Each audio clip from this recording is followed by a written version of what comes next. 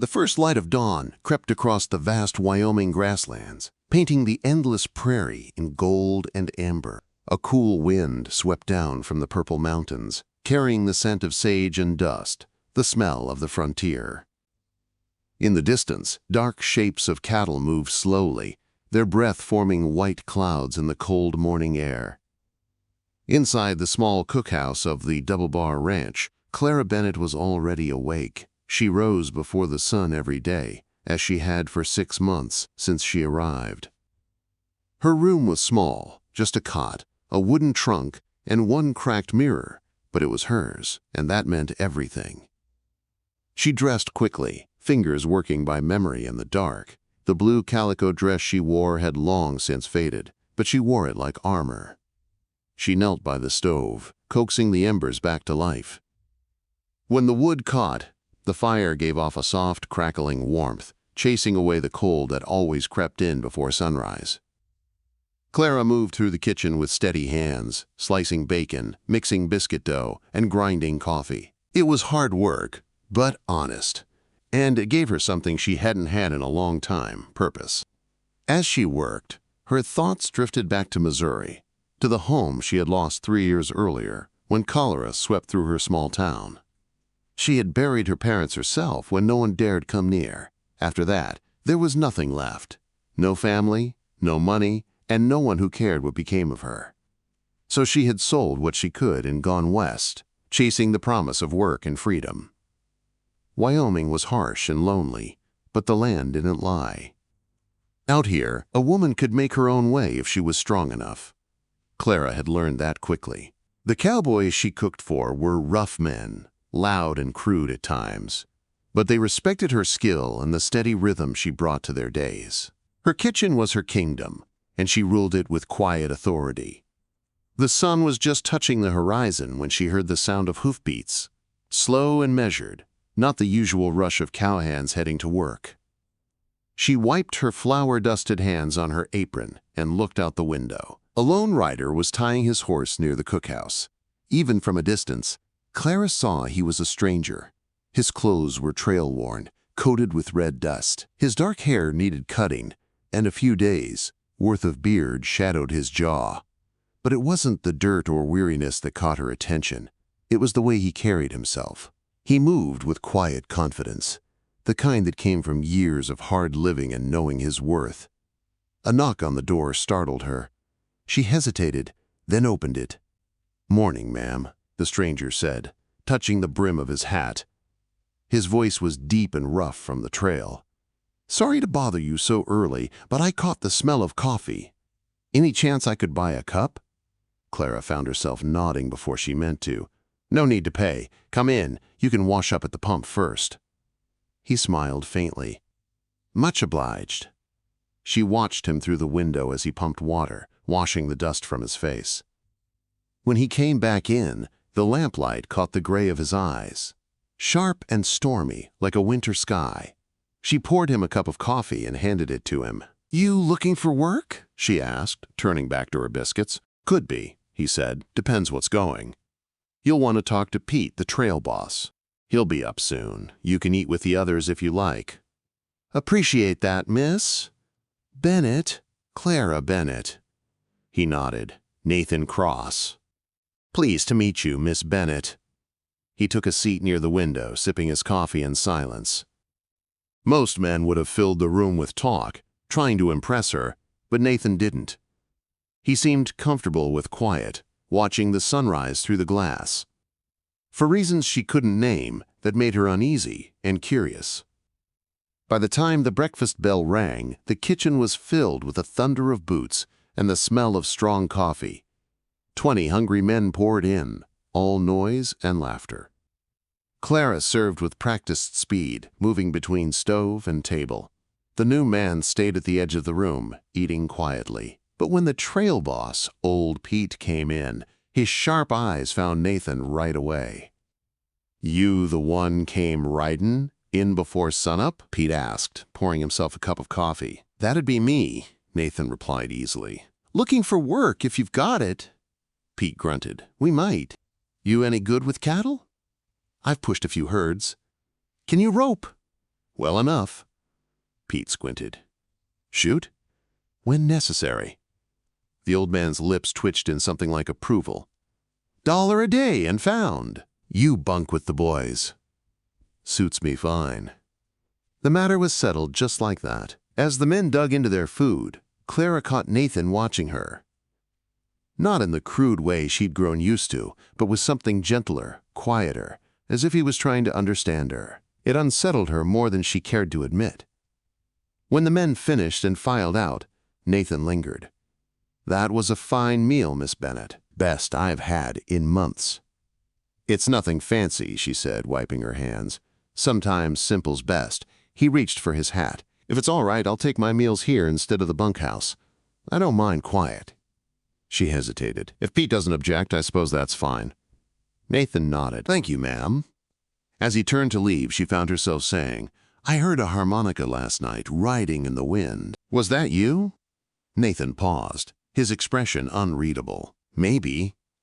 Then he was gone, leaving Clara standing in the warm hush of the kitchen, her heart beating faster than it should. She tried to push the thought away.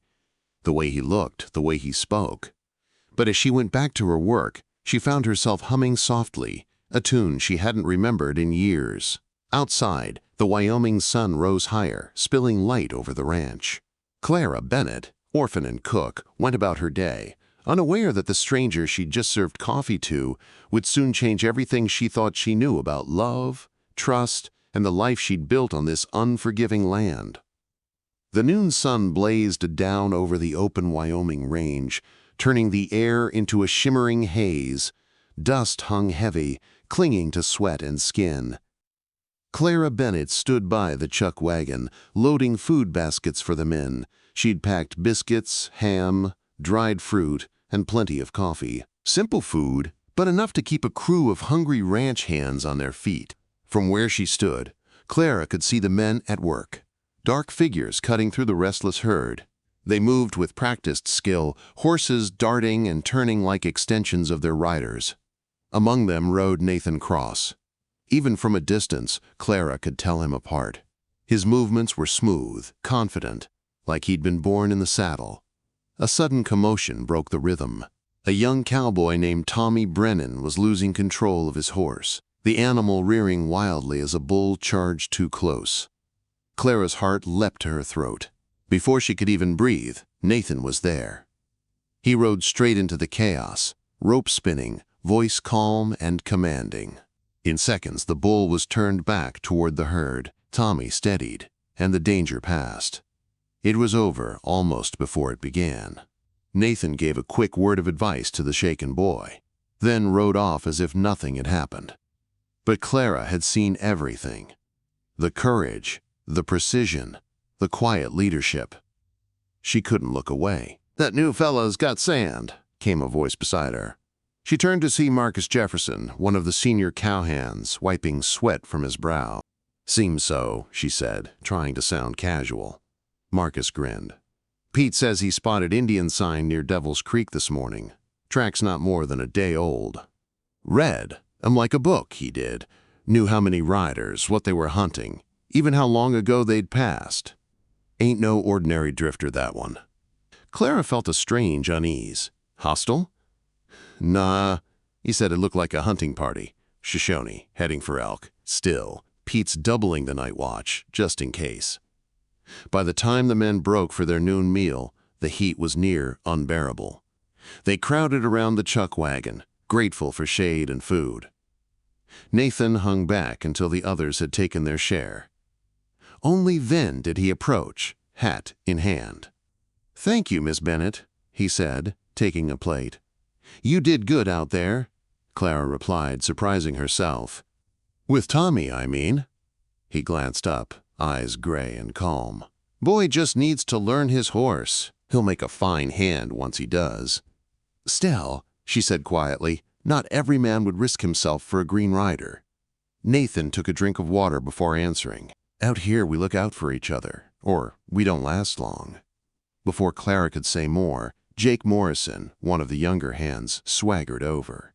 Fancy riding out there, Cross, he said, his tone half joking, half challenging. Where'd you learn to handle a horse like that? Here and there, Nathan answered, still calm. Jake's grin faltered. That ain't much of an answer. Nathan met his gaze without flinching. Wasn't much of a question. For a moment, the air between them tightened like a drawn rope. Before it could snap, Pete's gravelly voice cut through. Morrison, quit jawing and get back to work. Jake muttered something under his breath and stalked off. Nathan didn't move, didn't even glance after him. But Clara noticed his hand rest lightly near his hip, where a gun might hang. The gesture was instinctive, natural, not the movement of a ranch hand. That night the sky turned copper as the sun dipped low. Clara finished cleaning the kitchen and stepped outside just as the first notes of a harmonica drifted through the air.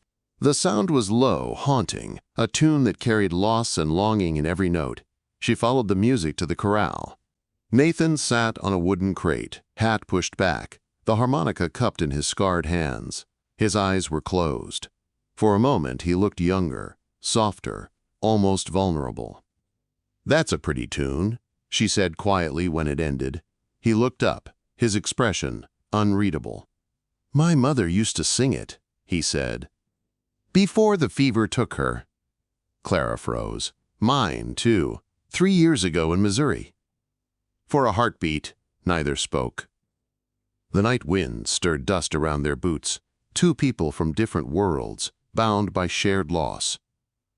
Nathan nodded once, then rose, tucking the harmonica into his pocket. Supper's in an hour, Clara said, her voice barely above a whisper. He touched the brim of his hat. Yes, ma'am. Quote, when he walked away, Clara stood staring after him, her heart caught between fear and something dangerously close to hope. Later, as the men ate, Pete came into the kitchen. His weathered face looked more serious than usual. That was fine stew, Miss Bennett, he said. Mind if I sit a spell? Of course not. Coffee? He accepted the cup, then hesitated. I wanted to talk to you about the new man. Clara froze. Is there a problem? Quote. Pete shook his head. No, he's a good worker, better than most. But there's something about him that don't quite fit. Knows too much about things most cowhands never learn. Tracking, tactics, reading sign, like a scout. Man like that's seen trouble. The kind that leaves a mark. She set the coffee pot down carefully. You think he's dangerous? I think he's hiding something. And I think you should be careful.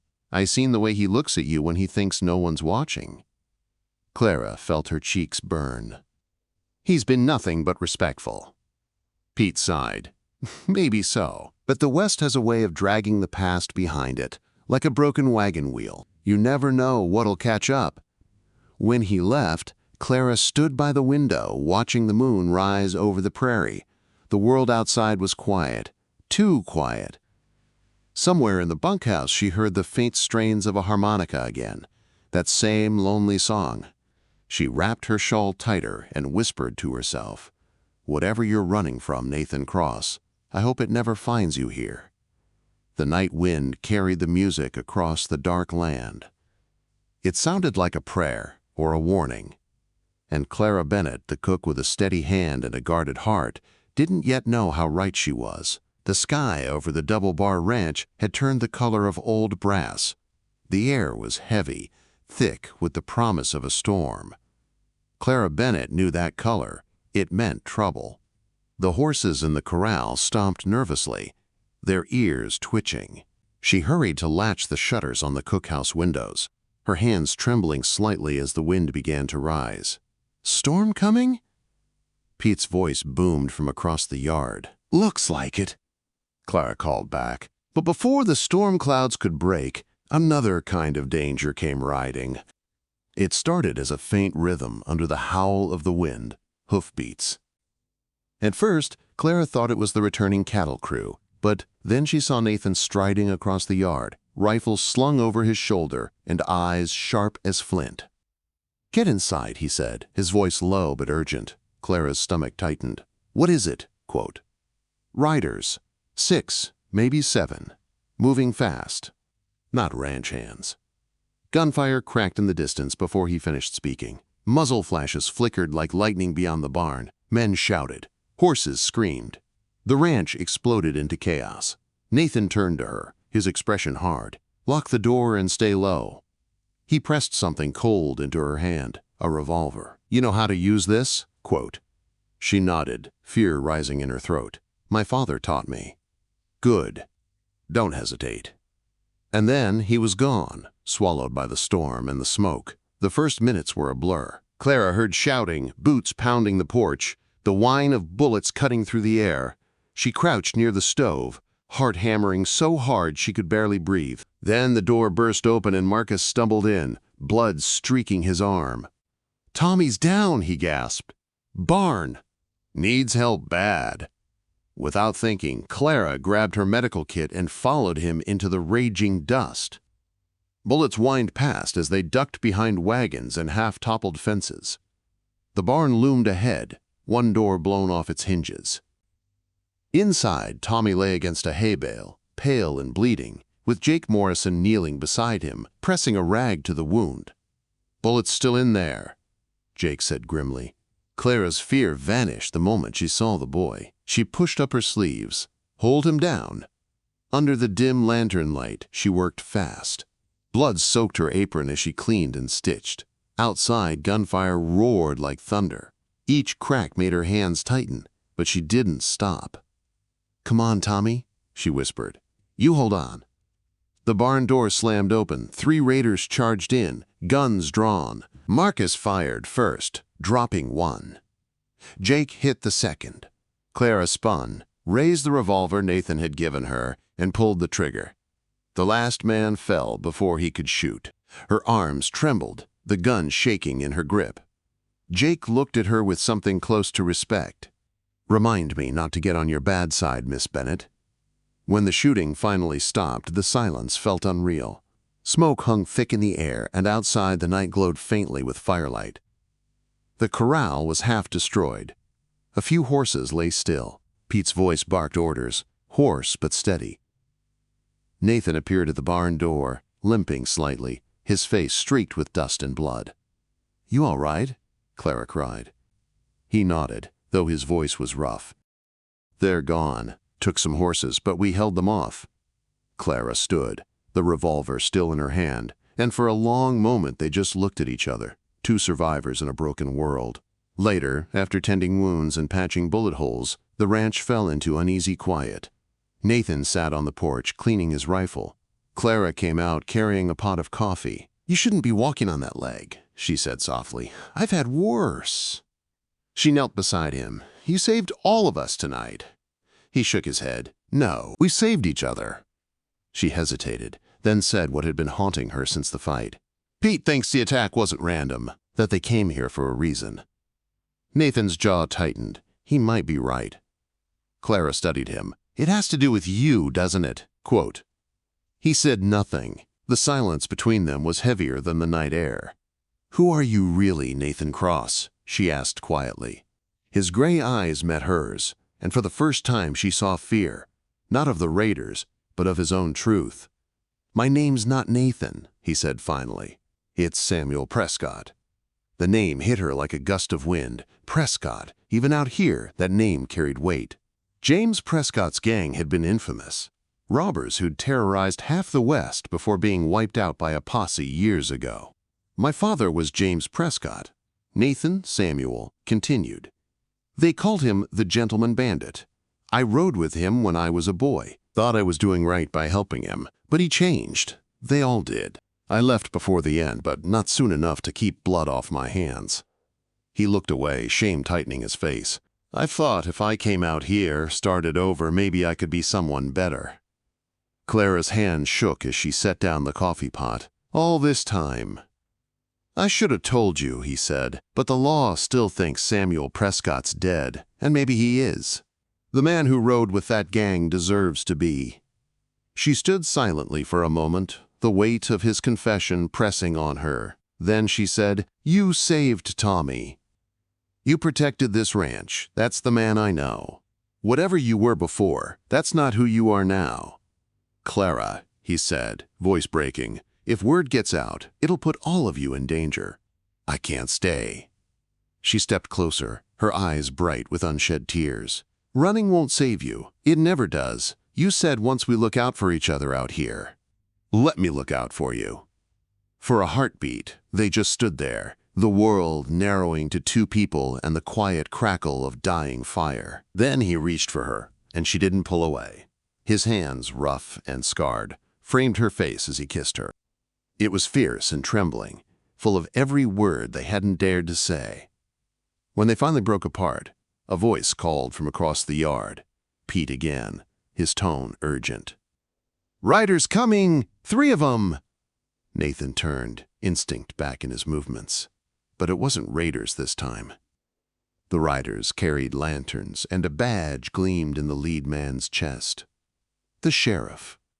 Pete stepped out to meet them as the lawmen dismounted. "Heard about the attack," Sheriff Morrison said. "Came to take the surviving outlaws into custody and get your statements." Clara watched Nathan tense. The sheriff's sharp eyes flicked to him. "You the one led the defense?" Nathan nodded slowly. "Yes, sir." "Well, sounds like you saved a lot of lives tonight," Morrison said. "This territory could use more men like you."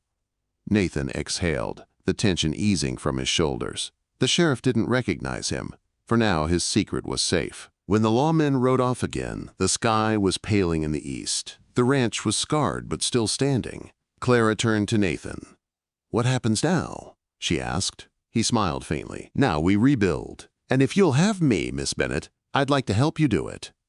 Clara reached for his hand, fingers lacing with his. "You already have." Weeks later, the rains finally came. The parched earth drank deeply, the grass returned, and with it, hope. Under the wide Wyoming sky, Clara cooked again, this time not just for ranch hands, but for a home she shared with the man who had once been lost. Nathan Cross, once Samuel Prescott, had found redemption not in hiding from his past, but in facing it, and in the quiet strength of a woman who believed he was worth saving. As thunder rolled gently across the distant plains, he came to her side, brushing flour from her cheek. "You cooked for ranch hands," he said softly, never knowing the stranger who walked into your kitchen owned more than the land. Clara smiled up at him, eyes shining. "He owned my heart." Quote, "The wind swept across the prairie, carrying the scent of rain and new beginnings. The West was still wild, still unforgiving, but they would face it together. And this time, neither would face it alone."